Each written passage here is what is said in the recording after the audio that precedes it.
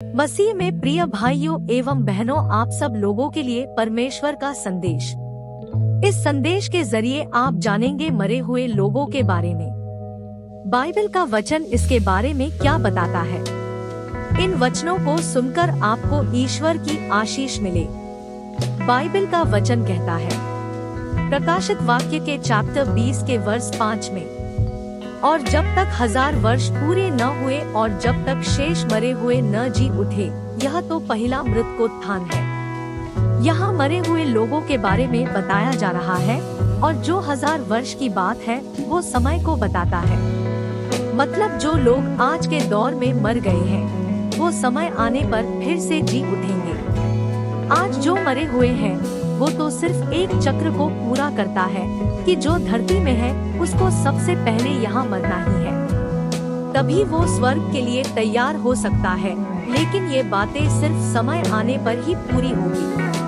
आगे देखते हैं, लिखा हुआ है मैथ्यू के चैप्टर 27 के वर्ष 52 और 53 में, और कब्रें खुल गई और सोए हुए पवित्र लोगों की बहुत लोथें जी उठी, और उसके जी उठने के बाद वे कब्रों में से निकलकर पवित्र नगर में गए और बहुतों को दिखाई दिए। आगे देखते हैं दानियल के चैप्टर 12 के वर्ष 2 में, और जो भूमि के नीचे सोए रहेंगे उनमें से बहुत से लोग जाग उठेंगे, कितने तो सदा के जीवन के लिए और कितने अपनी नामधराई और सदा तक अत्यंत घिनौने ठहरने के लिए।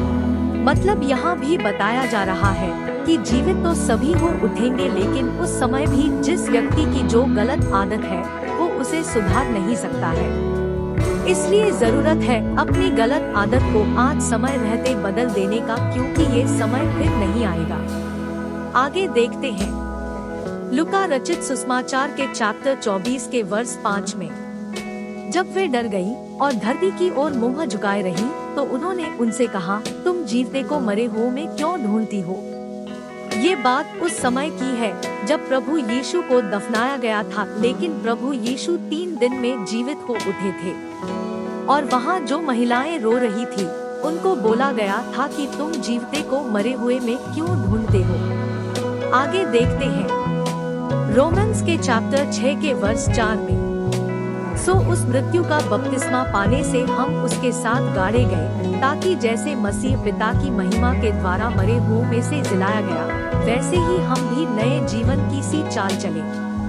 यहाँ साफ तौर पर बोला जा रहा है कि हमें उस तरह से जीना है जिससे हमें नया जीवन मिल सके, क्योंकि प्रभु यीशु हमसे प्रेम करते हैं। नहीं तो फिर परमेश्वर के गुस्सा को भी जाने। लिखा हुआ है जकरिया के चैप्टर 14 के वर्ष 12 में, और जितनी जातियों ने यरूशलेम से युद्ध किया है उन सभी को यहोवा ऐसी मार से मारेगा कि खड़े खड़े उनका मांस सड़ जाएगा, और उनकी आंखें अपने गोलकों में ही सड़ जाएंगी, और उनकी जीभ उनके मुंह में सड़ जाएगी।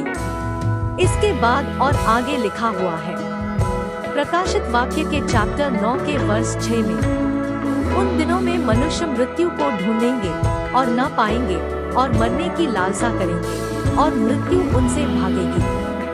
लेकिन हमें यहाँ ध्यान देने की जरूरत नहीं है, बल्कि परमेश्वर के प्रेम को हम कैसे हासिल करें इस ओर ध्यान देना है। साफ तौर पर लिखा हुआ है 1 यूहन्ना के चैप्टर 3 के वर्ष 2 में, हे प्रियो, अभी हम परमेश्वर की संतान हैं, और अब तक यह प्रकट नहीं हुआ कि हम क्या कुछ होंगे।